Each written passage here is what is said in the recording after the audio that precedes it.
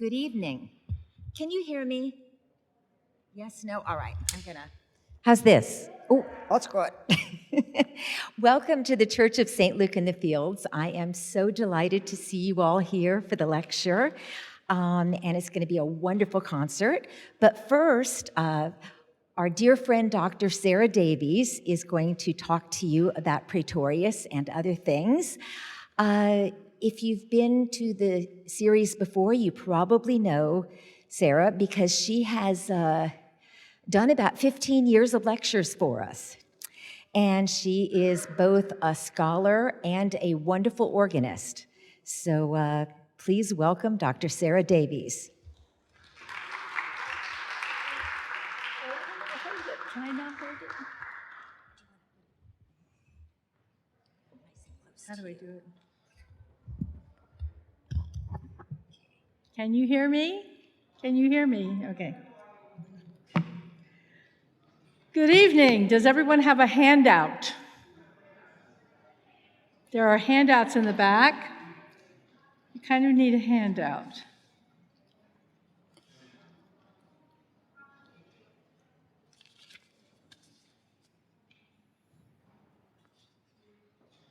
So thank you all for coming. You're in for a big treat tonight. This is going to be a wonderful concert. Tonight we are celebrating Christmas in 17th century Germany. And we are also celebrating the remarkable and prodigious creative life of Michael Praetorius, organist, composer, and scholar, the anniversary of whose death 4 centuries ago in 1621 we are commemorating in 2021.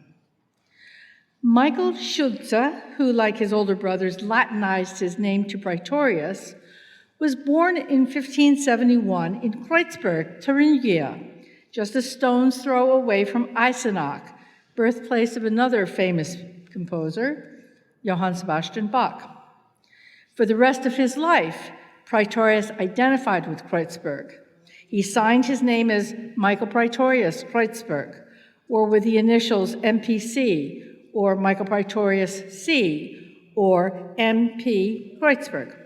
He then turned those initials, MPC, into the motto which appears on the title page of all of his musical works, M mihi, P patrum, C cellum. Mihi patrum cellum. Heaven is my fatherland. Born into a family of theologians, with his father and 2 older brothers holding positions as pastors and professors, he hoped to go into the family business while studying at the Viadrona, the University of Frankfurt on the River Oder at the East German border. His dreams were cut short, however, with the death of both his father and his brothers, and at the age of 16, Praetorius was forced to make his way by taking a position as university organist at the Marienkirche in Frankfurt. He remarked later that he was able to do this, quote, more by inclination than by any training. We know little about his musical education, but young Praetorius must have already been something of a prodigy, as the university church is one of the largest and most impressive in all Germany. His reluctance in following music as his vocation is reflected in later comments that he could have accomplished much in theology if he had only had the opportunity. In a letter of 1608, Praetorius writes, 15 years earlier, I hung my studies on the wall, but in the time I became an organist, I would have preferred to have become a great doctor. Praetorius left the Viadrona after 3 years, following his sister and her pastor-professor husband to the Groningen-Wolfenbüttel area in 1590. There, it seems he finished his studies at the University of Helmstedt, founded by Duke Julius of Braunschweig-Lüneburg in the 1570s as a specifically Protestant institution for training pastors. The young virtuoso must have quickly come to the attention of the Duke's son, Heinrich Julius, who, as the Bishop of Halberstadt, seems to have found a place for Praetorius as organist of the bishop's summer residence, Schloss Groningen. In the 1580s, the Duke Bishop had a beautiful new castle on the grounds of the medieval Schloss rebuilt, and in 1592 contracted with David Beck to create a spectacular new organ for the new chapel. It is likely that the young Praetorius, just 21, later recognized as an organ expert without peer, advised on the making of this instrument. Finished in 1596 with 59 stops over 2 manuals and pedal, including the unheard of 13 ranks of reeds, it was the largest organ in Renaissance Europe.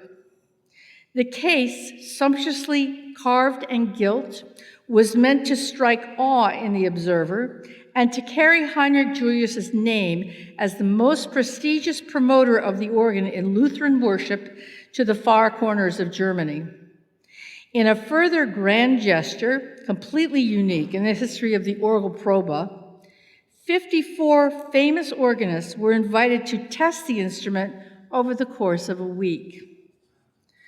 2 years earlier, in 1594, Praetorius was officially called to the magnificent court of Wolfenbüttel as chamber organist and sometimes secretary to the Duke. So see page 1 of your handout, and you can see the castle. He also served as organist within the large instrumental ensemble founded by Heinrich Julius, which later evolved into the modern Staatsorchester Braunschweig.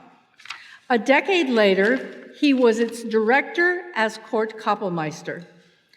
A year after that appointment, Praetorius began publishing what can only be considered an astounding number of works, more than 1,000 alone in his Musae Seienai series, which continued unabated in spite of performing duties, constant travel, and consulting for other courts for the next 15 years.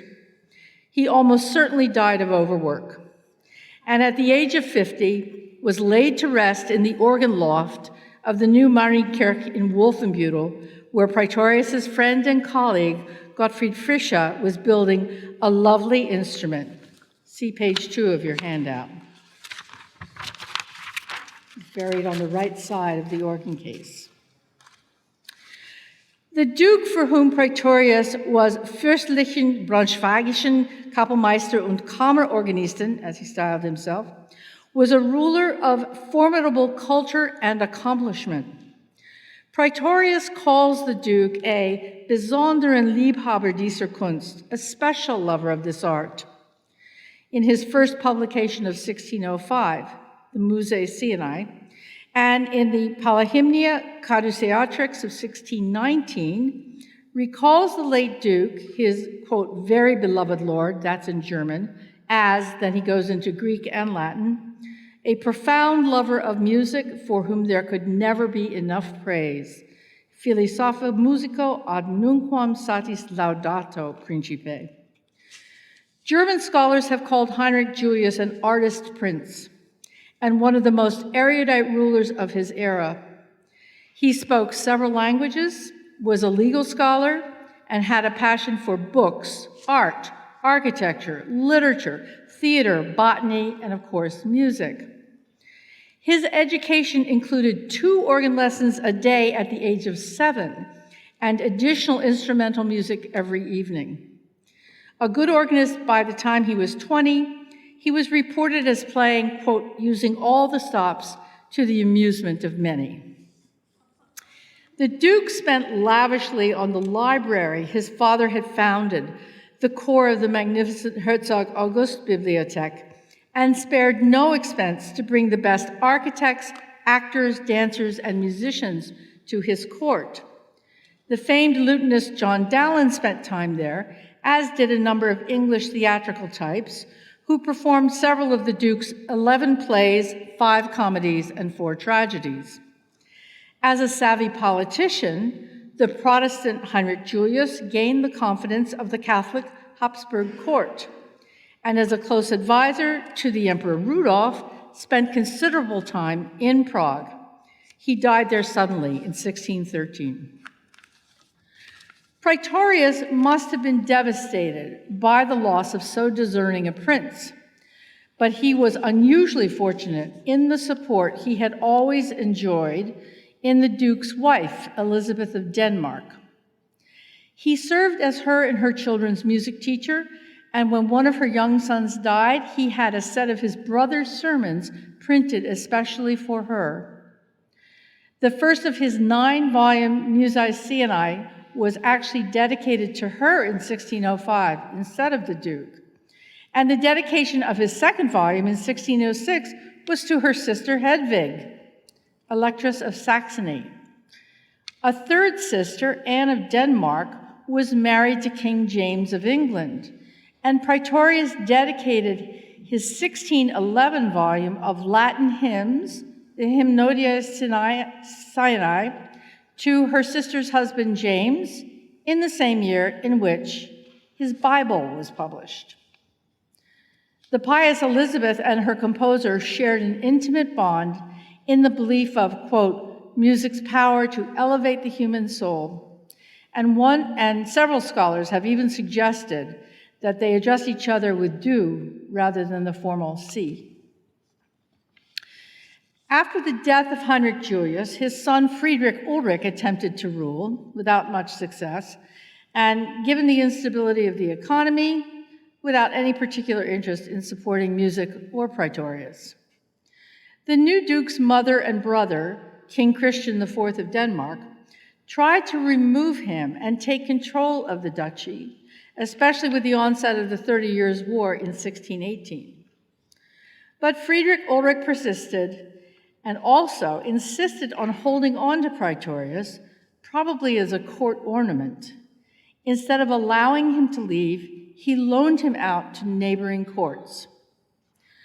Dresden wanted Praetorius, but had to settle for his extended guest appointment from 1613 to 1617 as Kapellmeister von Haus aus, meaning he was not always on site.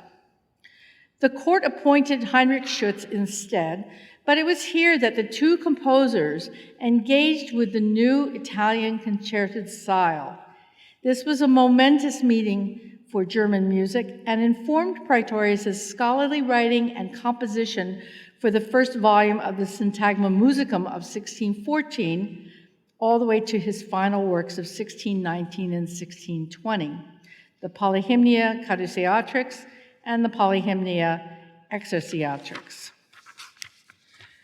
During this period, the now famed Praetorius brought his style, works, liturgical consulting, and organ expertise to Naumburg and Goslar in 1614, Magdeburg in 1614 and 1618, Halle in 1616, where he worked with both Samuel Scheidt and Heinrich Schütz, and in 1617 to Schwarzburg and Kassel, where Landgrave Moritz of Hesse had invited him earlier in 1605 and 1609.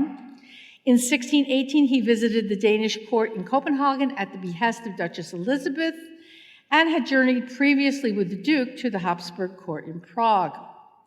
In 1619, he tested the organ in Bayreuth with three famous colleagues, which we will hear tonight: Scheidt, Hermann Schein, and Schütz. To his regret, he never made it to Italy. Scholars have noted that with dwindling resources, rising political tensions, and constant travel, Praetorius' situation became increasingly difficult. Not surprisingly, it took a toll on his health. By 1620, the Duke Friedrich Ulrich decided not to renew his contract, and Praetorius was, so to speak, put out to pasture at the age of 49, with a pension from a local priory. He died soon after.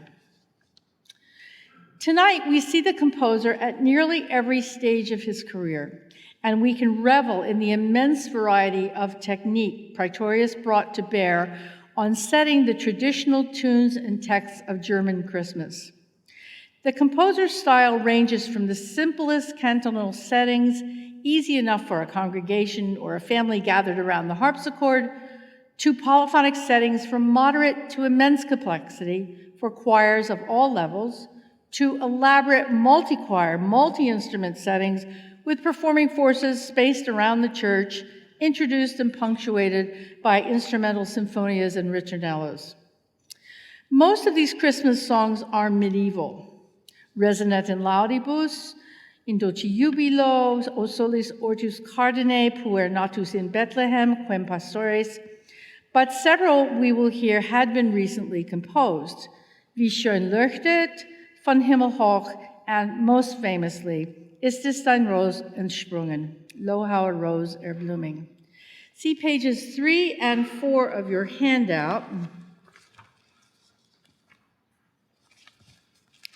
These give you a sample of the chants, hymns, and chorales Praetorius chose to set in a multitude of ways, in a multitude of settings. In Dulci Jubilo, the title of tonight's program, must have been a favorite, as Praetorius reimagined it in 11 different versions. Like many of the popular medieval songs that were sung by German congregations during the Christmas liturgy, In Dulci is in a swinging triple-time dance meter. Its text, written by the German mystic Heinrich Suso in 1328, is macaronic, interweaving lines or words and phrases in Latin and German. So, in dulci jubilo, nun singet und seid froh, unser Herzen wohne, Light in Percepio, und leuchtet wie die Sonne, Matris in gremio, Alpha et O. So in sweet rejoicing, now sing and be glad, our heart's joy lies in the manger, and it shines like the sun in the mother's lap, the Alpha and the Omega, the beginning and the end. Your handout shows the earliest Lutheran printing of In Dulci in Wittenberg in 1533, to which Martin Luther later added a verse in 1545. On the right is the Cantus part book for Praetorius's version for winds cum tubis, meaning trumpets, and multiple choirs of up to 20 voices. None of Praetorius's works were published in score, which means that for one edition of the Polyhymnia Caduceatrix of 1619, from which this example and 3 of tonight's works are taken, 20 part books had to be purchased. Clearly, this collection in the Italian style was only for major churches and the grandest of courts. Samuel Scheidt of Halle, a colleague of Praetorius, also writing in the new concerto style, published his own 10-part setting of In Dulci in 1620, which closes our program. And we will hear 2 other Scheidt works, one from his important organ collection, the Tabulatura Nova of 1624, and the other a canzona from his instrumental collection, Ludi Musici of 1621. Praetorius and Scheidt, together with Heinrich Schütz of Dresden and Hermann Schein of Leipzig, also on tonight's program, were the 2 other famed proponents of Italian style in the early German Baroque. All 4 were invited to Magdeburg Cathedral in 1618 to provide works for its newly established Konzertmusik and to advise on music for its reorganized liturgy. In the next year, 1619, Praetorius, Schein, and Scheidt, together with Johann Staden of Nuremberg, the most renowned organist of the age, dedicated a new organ at the Stadtkerk Bayreuth. The next example on page 4 depicts the ancient chant, O solis ortus cardine, a 23-verse hymn starting with each consecutive letter of the alphabet, recounting the life of Christ from birth to resurrection. Written in the 5th century, it is one of the oldest parts of the Roman liturgy. Here it is shown in an elegant manuscript written by the nuns of St. Katharina in St. Gall, Switzerland, around 1400. Luther's rhythmicized translation, Christum wir sollen loben schon, was among the very first chorales published for the new Lutheran Church in Wittenberg in 1524. As the processional opening tonight's concert, Praetorius' setting features just the German text. Puer natus in Bethlehem, one of Praetorius' most energetic settings in alternating duple and triple meters, as well as alternating languages, is a 13th century chant of paired rhyming 8-syllable lines, all ending in alleluia. Puer natus in Bethlehem, alleluia. Unde gaudet Jerusalem, alleluia. So a child is born in Bethlehem, alleluia. Exult for joy, Jerusalem, alleluia. Now, this is not a macaronic carol, but in fact, Praetorius chose to add his own German lines in as a recurring refrain. Singet, jubilieret, triumphieret unser Herren. And you can't miss it. It comes back within each of the duplets.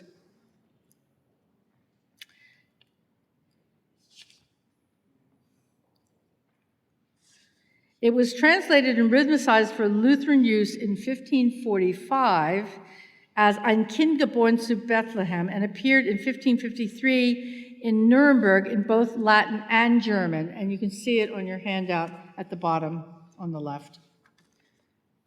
So they would have sung it once in Latin probably, and then once in German, but not macaronically. Other Puer Christmas chants include Puer nobis nascitur and Puer natus est nobis. Pueri per se were the German singing boys who were a major part of Christmas celebrations. Praetorius dedicated 2 volumes to their teaching. His second polyhymnia, the Exercitator Seu Tironocinium of 1620, and the posthumous Puer Icinium of 1621. Tonight we hear 2 works from the latter, the Puercinium of 1621, with the setting of the 14th century Quem Pastores Laudavare holding a special place of importance to caroling boys. Shortened to Quempas, the carol became synonymous with the tradition of boys singing from the Latin school through the streets, and this was called Quempas singen. Books in which these carols were then collected were later called Quempasheft.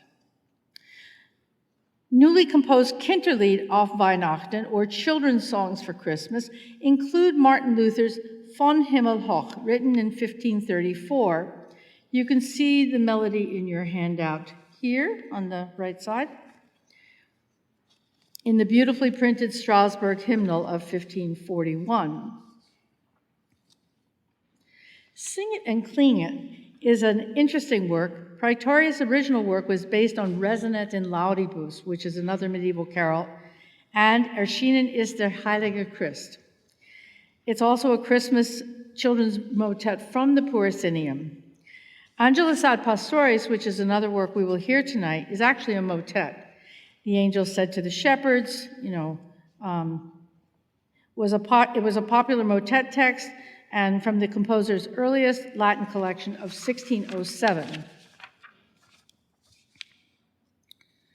The instruments heard in tonight's performance were all specified by Praetorius, most extensively in the explanations within his polyhymnia, but also illustrated, described, praised, and defended in his remarkable scholarly work, the 3 volumes Syntagma Musicum and its appendix, Theatrum Instrumentarum, page 5 of your handout. When you look at all these volumes in facsimile or digitally online, it is almost impossible to believe that any one person could have done all this research and written all these words in 4 languages, Latin, Greek, Hebrew, and German, especially somebody already as busy as Praetorius.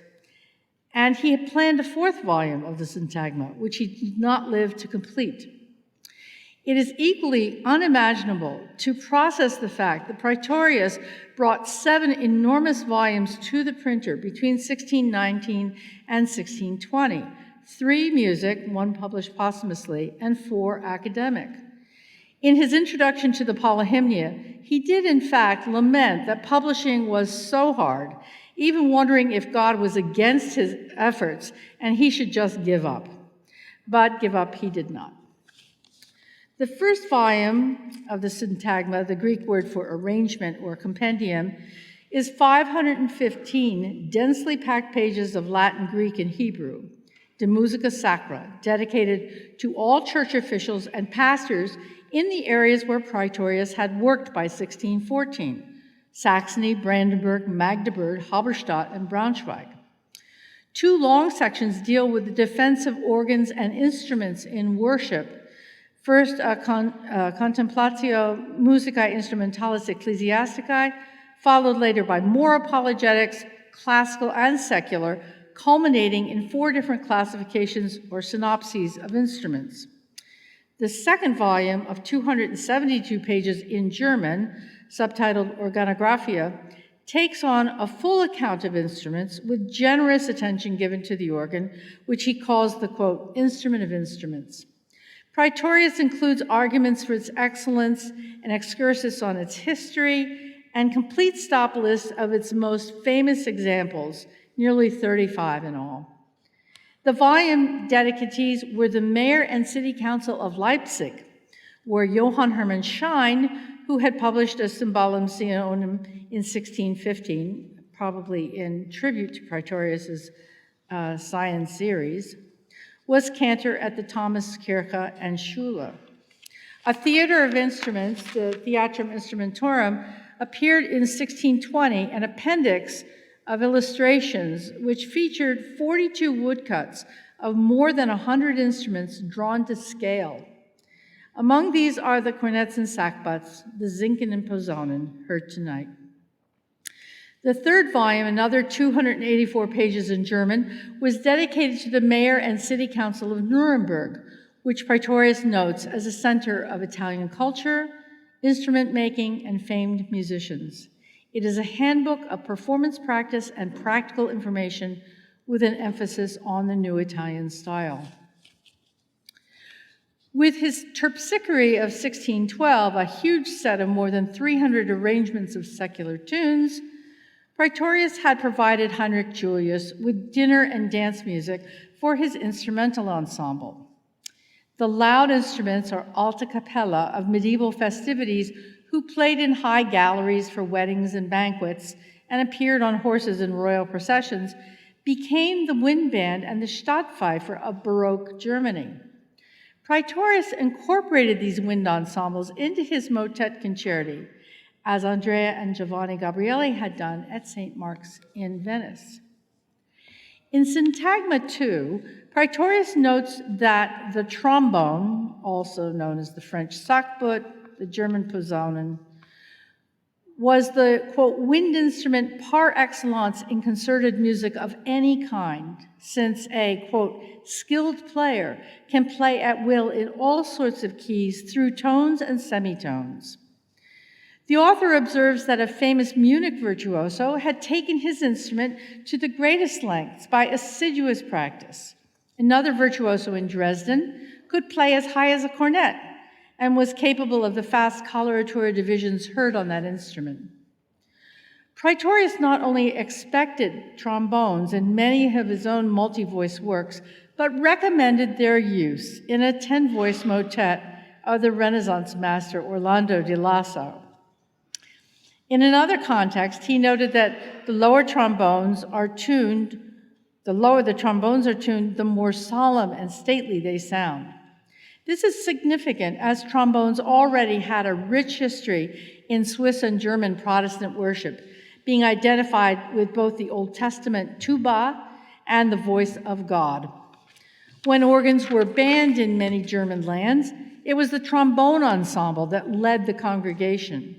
When organs were restored, the posaunen became important ranks in the pedal for intoning the chorale melody. Even after organs returned in the mid-1500s, wind ensembles were de rigueur in the larger churches. A 1621 ordinance of the Württemberg court, quote, required the trombone and cornet players to appear without fail for choir rehearsals during the week. Praetorius illustrates cornets, sackbuts, and trumpets in plate 8 of his Theatrum. See page 5 of your handout.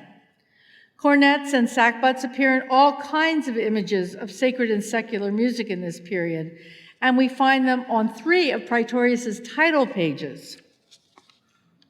See your handout, page 6. The Theatrum Instrumentorum, sackbuts are bottom left with the main organ, cornets at the top right with a regale, which is a small reed organ.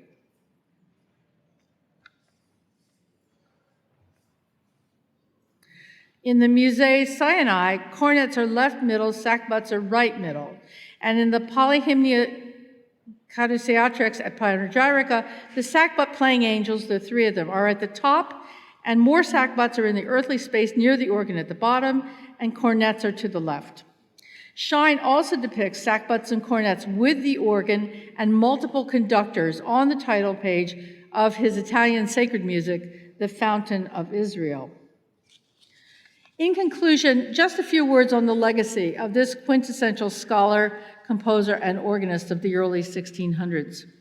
The importance of the Syntagma Musicum cannot be underestimated, either for Praetorius' own contemporaries or for our understanding of early German Baroque style, organs, attitudes, and instruments today.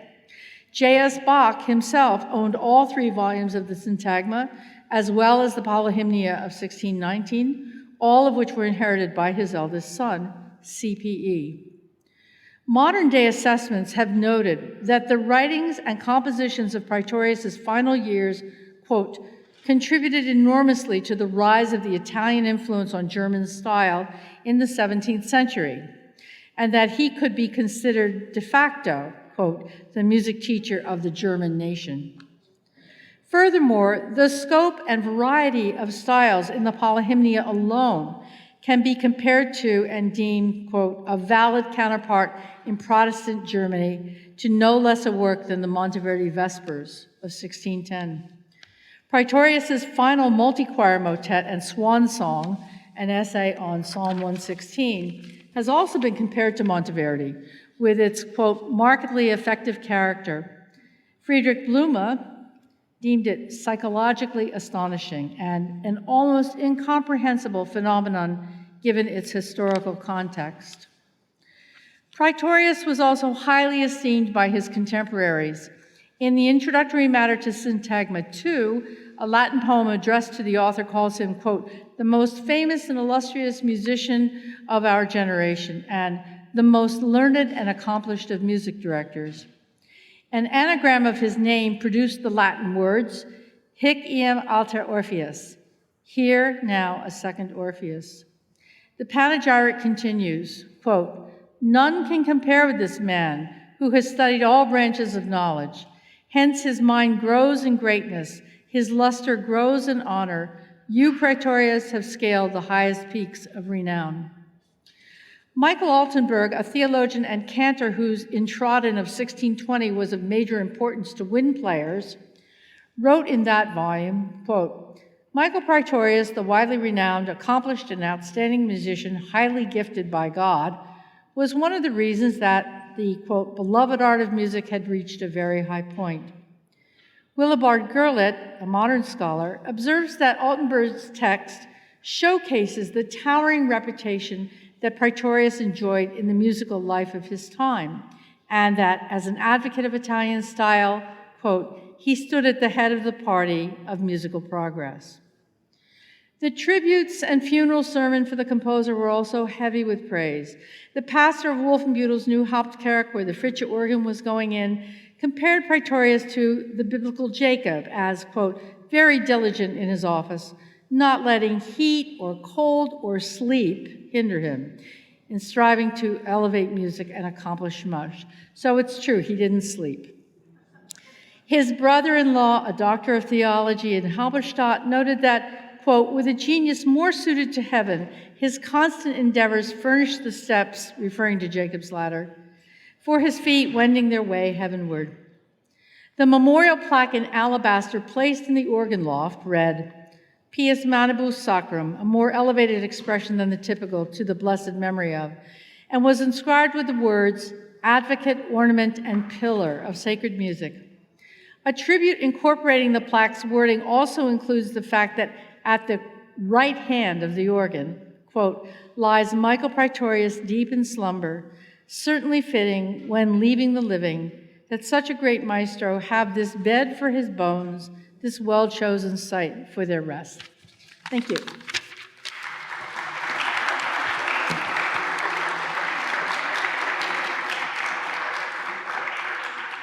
So, are there any questions about Praetorius or the instruments?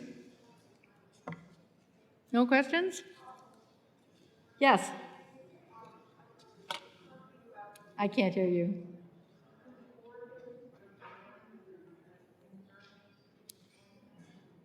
You take your mask down.